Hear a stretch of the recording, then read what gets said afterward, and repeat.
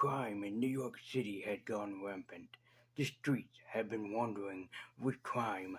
The Foot Clan is on the rise. Mutants seem to be rising out of everywhere, and it seems an alien invasion of unknown origin is attacking New York as well. Hope is no longer there. Hope cannot destroy the evil within this city. Hope is gone. But hope resurrects, and four teenagers with serious attitude and also with some serious skin problems that they also look like frickin' turtles, for God's sake.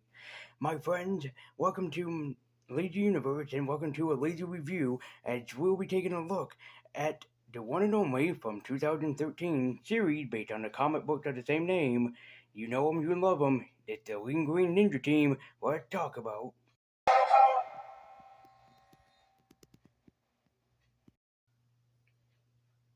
Greetings, geeks and nerds, and Lazy Universe, and more you nerdy. Yep, I'm taking a look at the 2013 incarnation of the Teenage Ninja Turtles brought to you in specialty by Nickelodeon. Now, here's the thing.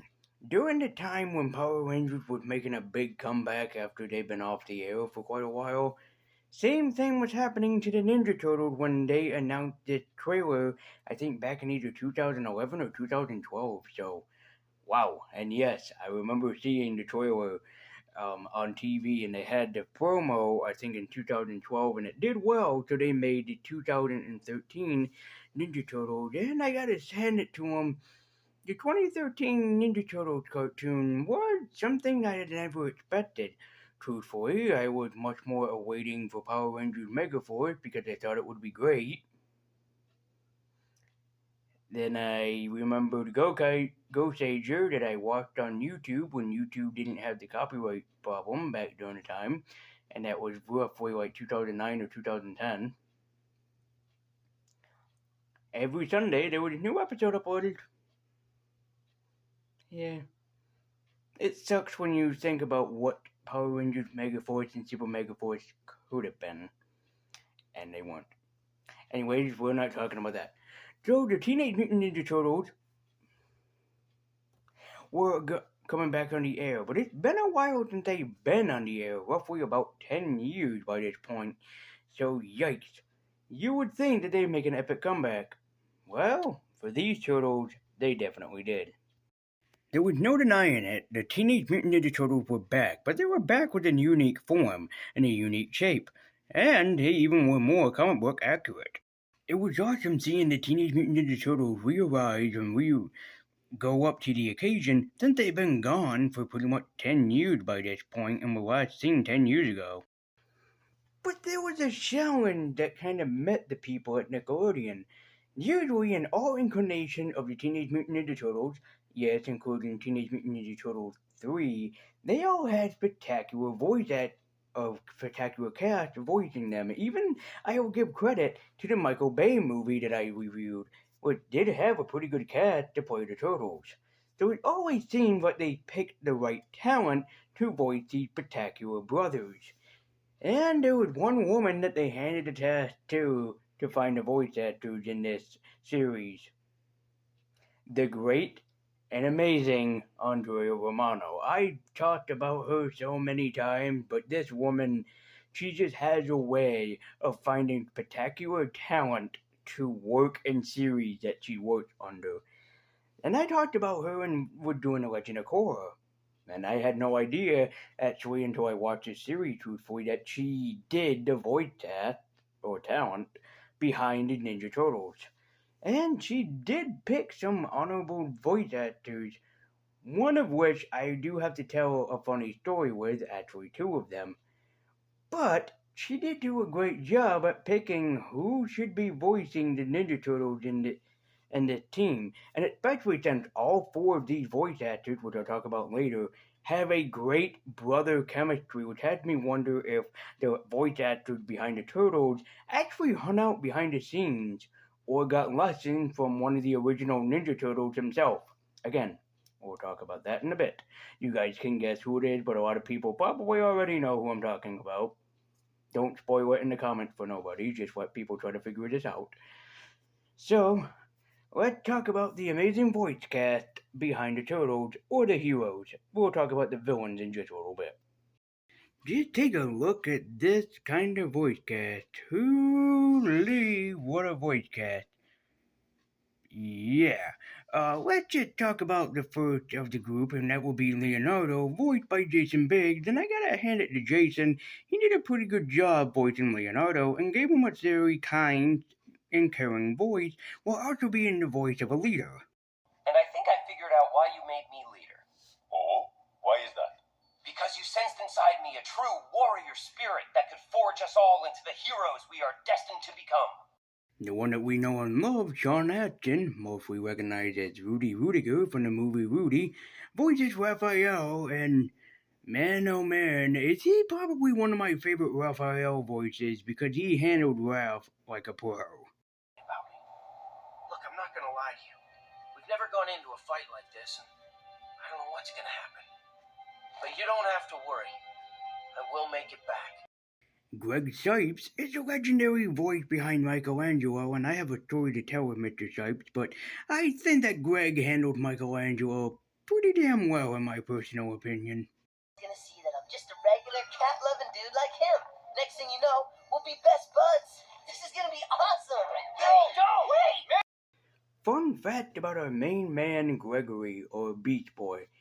Turns out he was a big, and I do mean, and he still is, a big fan of the Teenage Mutant Ninja Turtles, specifically the Fred Fox cartoons, I think that's what it is known as, the 80s Turtles anyways, and he was a big fan of them growing up as a kid, and when they told him that he was going to be voicing one of the Turtles in the 2013 franchise, he kind of went nuts a little bit because he was fanboying over being with or on the Teenage Mutant Ninja Turtles, and it was great in a spectacular series.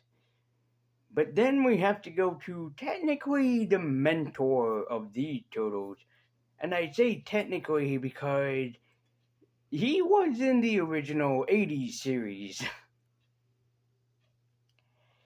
Yep. The legendary and one of my favorite personal voice actors, the legendary Rob Paulsen, the original voice of Raphael, returns and he voices his fellow brother Donatello, in which he's a pretty amazing Donatello. I will be invincible!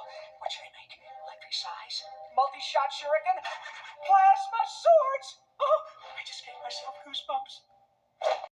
The voice of Splinter is the voice of Hoon Lee, and I will say, while my favorite voice actor for Splinter is still the iconic Fred Oz or Frank Oz, I gotta hand it to Hoon Lee. He does a pretty good job with what he's handled to handle Splinter.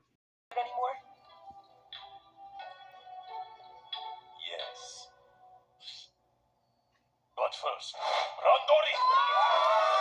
There's also the great and amazing voice cast of Kevin Michael Richardson as Shredder, and oh man, his Shredder is just so goddamn menacing to listen to. And training his own army. At last, I can finish what I started so long ago. Prepare my jet. But there's also some other name voice actors as the villains in this. There's Bradford, voiced by Lex Luthor himself, Clancy Brown. Michelangelo, Mikey, the big Am. How you doing, buddy?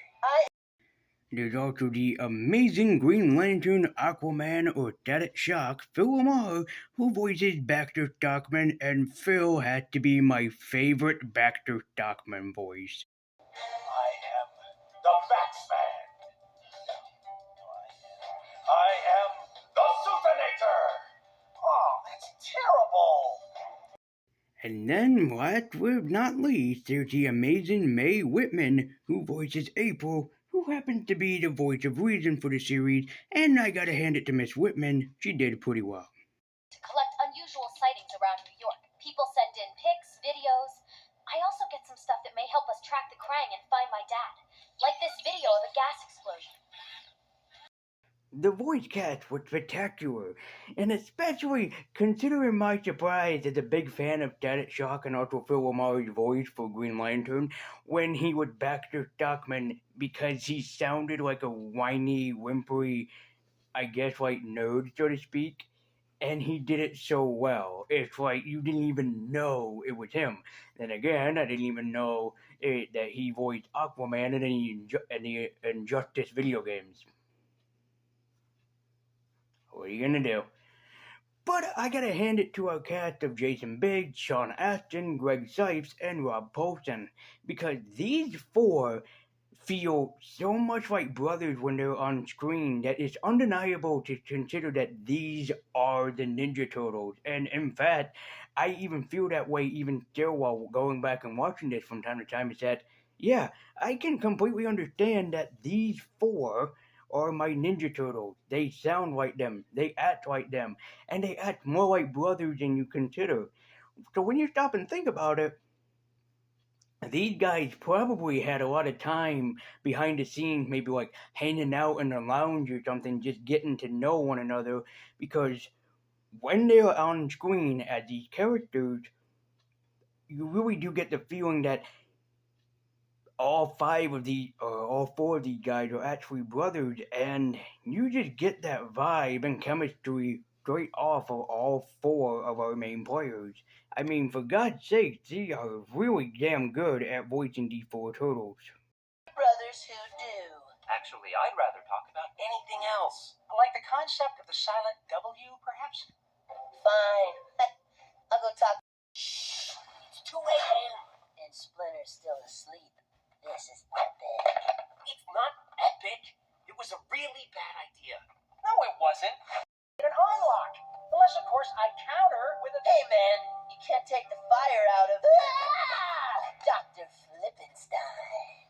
I don't even know what that means. The Turtles were back. They were back with attitude. They were back on the scene. They were back with spectacular animation, a great voice cast, and talented people that worked on the series all the way around, and a theme song that still kicks ass. So the Lean Green Ninja team were back in action, and I have to hand it to them. This is one of the best Teenage Mutant Ninja Turtle series that you can see.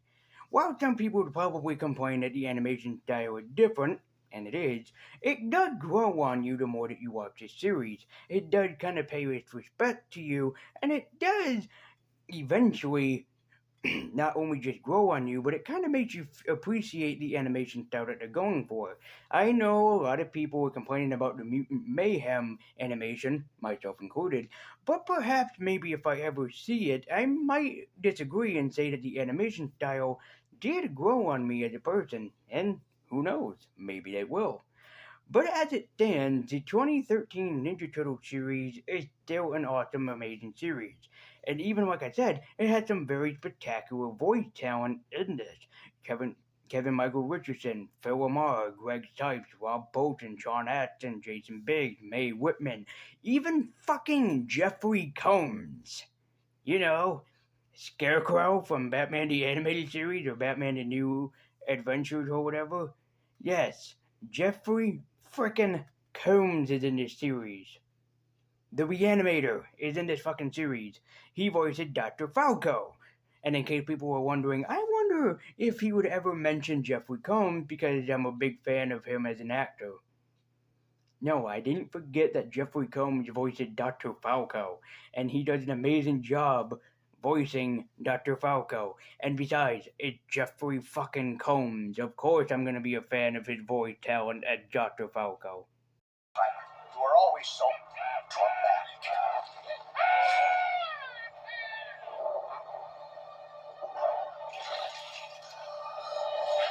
You come up with so many ideas. Too bad I can see them all coming. By the way, do you really think you have a chance with April? What? I love Jeffrey Combs. He's a great spectacular voice actor, and I'm glad that he came back in LEGO DC supervillain to voice Scarecrow. I love Jeffrey Combs. He's a great voice actor / actor. Why are you people so surprised at this? But even still, as I said, with some great animation, spectacular voice acting all the way around, some great stories, and even I think it ran on for like what 7 seasons, I think. This series was spectacular. It was amazing. It was unique, and it even tied in a lot from the comic books written by Kevin Eastman and Peter Laird. So it's still great for what I'm saying that it's worth. And if you're a Teenage Mutant Ninja Turtle fan, you should consider checking out the series at least once in your lifetime, because this is still a great series that holds up even 10 years later. So let me know what you all think. Have you seen this series? Haven't you seen this series? Do you like it? Do you hate it? Let me know in the comment section down below, because I'm personally a big fan of this series.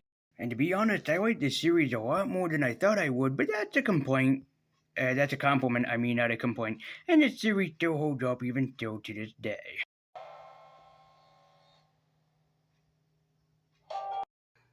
As always, ladies and gentlemen, thank you so much for watching. Be sure to like, comment, and subscribe. Follow me at Twitter with a link in the description down below. And let me know if this is one of your favorite Teenage Mutant Ninja Turtle series that you have seen. I have kind of seen the 80s series a little bit. I've seen some episodes here and there, but nothing really to like solid till I can like review it. I might at some point, if ever, maybe review the 2003, the one that I mostly grew up with, the 2003 Teenage Mutant Ninja Turtles. But as it stands, and also maybe at some point review Mutant Mayhem. But I'm not making any promises, I'm just saying maybe. So, thank you guys so much for watching, and let me know what you guys think about this 2013 series, like I said. Do you like it? Do you hate it? And let me know if you like the review as well, and want to see more videos kind of like this to go back to your past and also my past. So, thank you guys so much for watching. I believe universe, have a white nerdy, keep eating on, and as always, guys, take care.